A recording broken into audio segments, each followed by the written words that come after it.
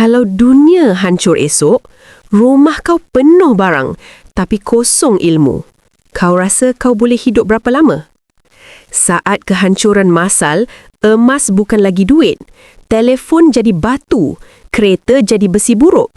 Yang menentukan hidup atau mati cuma satu, ilmu. Orang yang tahu cari dan tapis air, dia hidup.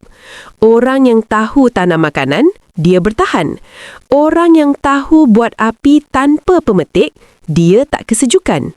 Dalam dunia tanpa elektrik, bandar seperti Kuala Lumpur boleh lumpuh dalam beberapa hari.